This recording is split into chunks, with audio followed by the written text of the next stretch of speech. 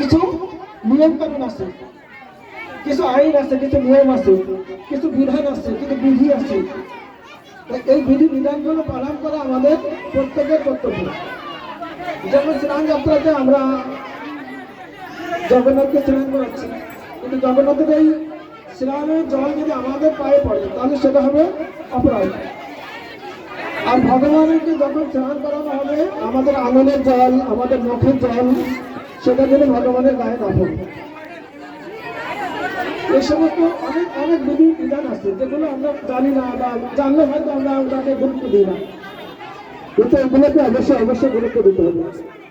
কারণ সেবা, আমরা এখানে এসেছি ভগবান জগন্নাথের কিছু কৃপা নিতে এসে যদি অপরাধ নিয়ে যাই, সে অপরাধ যাতে না হয় সেই জন্য আমরা জগন্নাথের কি করবো, সেবাটা সুন্দরভাবে করার চেষ্টা করবো।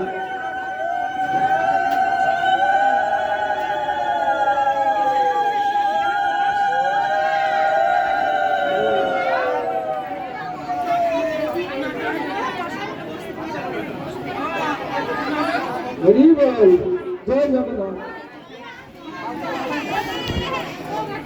হরে কৃষ্ণ। এই জগন্নাথ আজকে সর্বপল্লীতে পদ্মা নামে একটি মেয়ে ছিলেন, তিনি জগন্নাথকে অত্যন্ত প্রিয় ভক্ত ছিলেন। গীত গোবিন্দ গান করছেন আর বেগুন খেতে বেগুন তুলছিলেন। বেগুন তুলতে তুলতে গীত গোবিন্দ গান করতে করতে যখন মানে একেবারে সেই তন্ময় কীর্তন করছেন, তখন ভগবান কি করছেন, স্বয়ং বেদি ছেড়ে সেই বেগুন খেতে চলে গেছিলেন সেই পদ্মার সেই গীত গোবিন্দ গান শ্রবণ করার জন্য। জগন্নাথ আমার